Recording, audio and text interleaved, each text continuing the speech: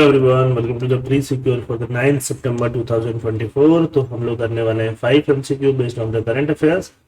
इनको करने के बाद आप अपना स्कोर कमेंट सेक्शन में जरूर लिखिए, और जो भी फैक्ट्स आपको नहीं पता है उनका नोट्स बनाइए, क्योंकि इसमें से बहुत इंपॉर्टेंट फैक्ट्स होते हैं, बहुत इंपॉर्टेंट कॉन्सेप्ट्स होता है जो डायरेक्टली आपके प्रीलिम्स एग्जाम में आएगा। भले ही आप यूपीएससी का प्रिपरेशन कर रहे हैं या एपीएससी या किसी और स्टेट टीसीएस का प्रिपरेशन कर रहे हैं।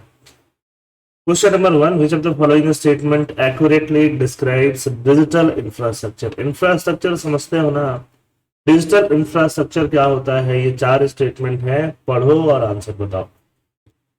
Digital infrastructure encompasses physical hardware such as server, router, data center, as well as software platform that enable the creation, management and storage of digital data। पहला वाला पढ़ के ठीक लग रहा है। Digital infrastructure exclusively refers to the cloud computing services provided by major tech companies, excluding physical components such as cable and networking equipment। अब बताओ क्या होगा? Digital infrastructure only pertains to the public sector investment in high-speed internet network and does not include private sector development or technological innovation। है ना? तो ये भी doubtful है, बताओ क्या होगा? Digital infrastructure is limited to the software application and tool used for data analytics and cyber security without including underlying hardware और connectivity solution। चारों स्टेटमेंट पढ़ने के बाद ये रहा आपके ऑप्शंस, है ना? ऑप्शंस में जो करेक्ट है वो सिर्फ 1 है। अगर हम इसको डायरेक्टली ऐसे स्टेटमेंट 1 2 3 4 पे भी दे सकते थे, वहां पे जो आंसर आता वो क्या होता? 1 ही होता। 2 3 4 ऐसे ही ऑप्शन बनाए हुए हैं जो गलत है। Physical as well as software platform को इंक्लूड करके क्या बनता है? Digital infrastructure. सिमिलर प्रीलिम्स में क्वेश्चन यूपीएससी में पूछा जा चुका है। तो डिजिटल इंफ्रास्ट्रक्चर क्या है, ये मेंस के लिहाजे से भी आपके लिए इंपॉर्टेंट है और प्रीलिम्स के लिए तो इंपॉर्टेंट है ही। ठीक है, तो 1 इज करेक्ट, बाकी तीनों इनकरेक्ट है। क्वेश्चन नंबर 2, एनिमी प्रॉपर्टी किसको बोलते हैं? एनिमी प्रॉपर्टी, इंडिया के अंदर एनिमी प्रॉपर्टी किसको बोलोगे? कोई चाइनीज पर्सन है उसका प्रॉपर्टी, कोई पाकिस्तानी नेशनल है उसका प्रॉपर्टी, ऐसा कुछ हो सकता है। फिर वापस आप 4 ऑप्शन, ये चारों स्टेटमेंट पढ़ो, फिर आपको ऑप्शन मिलेगा। Enemy property refers to the asset left behind by individual or entities who have fled India, जो इंडिया में रहकर भाग चुके हैं, due to their involvement in hostilities against the country, particularly during war time। War के time में जिन लोगों ने इंडिया के अगेंस्ट काम किया है, उनका अगर प्रॉपर्टी इंडिया में है तो उसको हम क्या बोलेंगे? Enemy property. सही लग रहा है? एनिमी प्रॉपर्टी एक्ट भी है 1968, 1962, 1965, 2 बार वॉर हुए उसके बाद बनाया गया।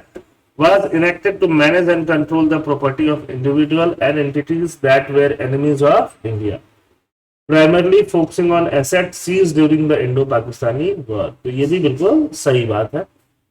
थर्ड पढ़ते हैं, under the enemy property the government has the authority to sell और डिस्पोज ऑफ एनिमी प्रॉपर्टी, है ना? एनिमी प्रॉपर्टी जो एनिमी होगा उसका property, but the proceed from such sale are required to be used exclusively for the welfare of displace person. ऐसा नहीं होगा, अगर उसको गवर्नमेंट बेच भी दे तो एक्सक्लूसिवली किसी और काम के लिए ही यूज करेगी, ऐसा जरूरी नहीं है।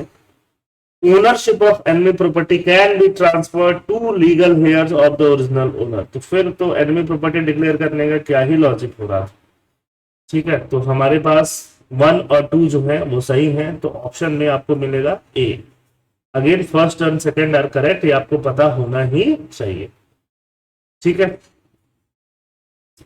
Enemy property can not be transfer to the legal heirs. अगर ऐसा ट्रांसफर हो ही जाता तो फिर एनिमी प्रॉपर्टी डिक्लेयर करके क्या ही फायदा होता। क्वेश्चन नंबर 3 के ऊपर चलते हैं। According to study published in the journal Nature, journal का नाम है नेचर, उसमें स्टडी पब्लिश हुई है, तो इसमें से कौन सा सही है regarding global plastic pollution in India? India is responsible for approximately 20% of world plastic pollution, making it one of the leading contribution to the global plastic waste। Global plastic waste का बहुत लीडिंग कंट्रीब्यूटर है India. 20% world plastic pollution में India का हिस्सा है। जितना plastic pollution हो रहा है 20% इंडिया की वजह से हो रहा है। India's contribution to the global plastic pollution has been attributed to factors such as high population density, rapid urbanisation, insufficient waste management infrastructure. बिल्कुल सही बात है। India tops global plastic pollution, तो सही बात है, हाईएस्ट है तो टॉप करेगा ही, चाइना यूएस को क्रॉस करके गया है। मेंस के लिए भी ये तीनों स्टेटमेंट इंपॉर्टेंट है, प्रीलिम्स के लिए ये तीनों स्टेटमेंट सही है। तो मेंस और प्रीलिम्स दोनों के लिए इंपॉर्टेंट है। मेंस में आपको आंसर्स लिखने होते हैं, कई बार बोलते हो सर हमारे पास कंटेंट नहीं है, डेटा नहीं है, तो यहां से डेटा भी नहीं मिल रहा है आपको। Which of the following statement regarding the Swiss peace process, Swiss Swiss मतलब Switzerland, peace process for Ukraine, Switzerland में यूक्रेन का पीस प्रोसेस चल रहा है, उसके रिगार्डिंग क्या करेक्ट है। Swiss peace process involved a series of international summits hosted in Switzerland to resolve the Russia-Ukraine conflict, leveraging Switzerland neutral status. Switzerland का neutral status को leverage करेंगे। बर्गन स्टॉक समिट जो जून 2024 में हुआ था, उसमें पार्टिसिपेशन हुआ रिप्रेजेंटेटिव्स ऑफ ऑल की पार्टीज जो इन्वॉल्व थी, रशिया का भी। तो बर्गन स्टॉक समिट मतलब स्विट्जरलैंड में जो समिट हुआ जून 2024 में, बहुत सारे कंट्रीज ने उसमें पार्टिसिपेट किया, रशिया ने नहीं किया। की focus area of Swiss peace process include nuclear safety eight Ukrainian facilities, Ukraine में जो भी न्यूक्लियर है उसको सेफ रखो, है ना। Security of Ukrainian grain export, Ukraine जो एक्सपोर्ट करता है उसको सेफ रखो, and addressing humanitarian issues related to prisoner of war and deported civilian. Third सही लग रहा है, फर्स्ट सही लग रहा है, दोनों सही लग रहे हैं, तो आंसर 1 और 3। सेकंड क्यों गलत है, क्योंकि ये सबमिट तो हुआ था बर्गन स्टॉक समिट। डायरेक्टली प्रीलिम्स में आपको यही पूछा जा सकता है कि बर्गन स्टॉक समिट किससे रिलेटेड, या स्विस पीस समिट भी पूछा जा सकता है। स्विट्जरलैंड एक न्यूट्रल कंट्री, न्यूट्रल स्टेटस मतलब स्विट्जरलैंड किसी का भी साइड नहीं लेता है, उसने डिक्लेयर कर रखा है कि कभी भी किसी के बीच वॉर होगा, है ना, चाहे नाटो हो, चाहे वार्सोवा पैक्ट हो, चाहे कोई भी कंट्रीज हो, उनके बीच वॉर होगा, उसका स्टेटस क्या रहेगा, न्यूट्रल रहेगा। ठीक है, तो ये एक इंपॉर्टेंट इंफॉर्मेशन है स्विट्जरलैंड के बारे में जो आपको पता होना चाहिए। लास्ट क्वेश्चन थोड़ा स्टैटिक बेस्ड है, बट हाँ, साइक्लोन बार बार फॉर्म हो रहे हैं। अभी अरेबियन सी में साइक्लोन आया जिसकी वजह से बड़ोदरा में बहुत बारिश देखने के लिए मिला, गुजरात के एरियाज में बहुत बारिश देखने को मिला। तो साइक्लोन कब होगा, साइक्लोन जितना गर्मी होगा, हीट होगा, उतना वाटर वेपराइज होगा और उतना साइक्लोन का चांसेस बढ़ेगा। First is correct, Coriolis force, है ना, अर्थ में एक फोर्स होता है, जब आप सेंट्रीफ्यूगल फोर्स, जब आप इक्वेटर से दूर जाओगे आपको फील होता है कोरियोलिस फोर्स, ऐसा लगेगा आपको कोई घुमा रहा है।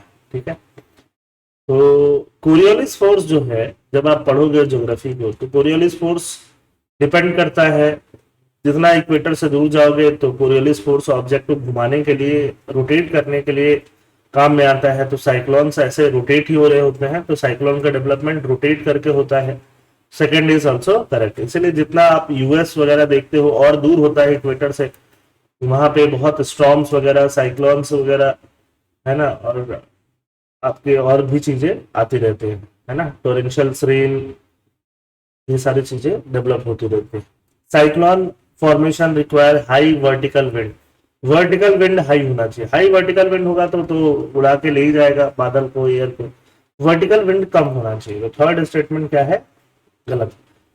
Pre existing low level disturbance, disturbance low level होना चाहिए, और focus is essential for initially cyclone development, initially cyclone development के लिए डिस्टर्बेंस थोड़ा कम होना चाहिए। तो 4 is correct, third is incorrect, 1 to 4 is correct. Cyclone जब आप अच्छे से पढ़ोगे तो आपको ये चीजें समझ में आ जाएगा। मैं फिर से एक बार समझा देता हूँ, ये रहा इंडिया का कोस्ट, है ना, इंडिया का ये रहा आपका अरेबियन सी वाला कोस्ट। यहाँ पे क्या हुआ, तो यहाँ पे बहुत ज्यादा हीट और ह्यूमिडिटी की वजह से, ठीक है, हीट ह्यूमिडिटी की वजह से क्या होगा, वाटर वेपराइज होना स्टार्ट होगा, लेटेंट हीट मिलेगा वाटर को। अब ये वेपराइज हो रहा है, अब ये एयर सर्कुलेशन अगर वर्टिकल बहुत फास्ट रहा तो ये निकल जाएगा, तो एयर सर्कुलेशन क्या होना चाहिए, कम होना चाहिए। कोरियोलिस फोर्स क्या करेगा, रोटेट कराता है, तो रोटेट होगा उससे, और डिस्टर्बेंस इनिशियली कम होना चाहिए, तो इससे साइक्लोन डेवलपमेंट हो जाता है। ठीक है, चलिए, तो ये रहा आपके करेक्ट और इनकरेक्ट। आप कमेंट सेक्शन में बताइए कि आज आपने कितना करेक्ट किया है, और जो नहीं पता उनका नोट जरूर बनाइए। थैंक यू, जय हिंद।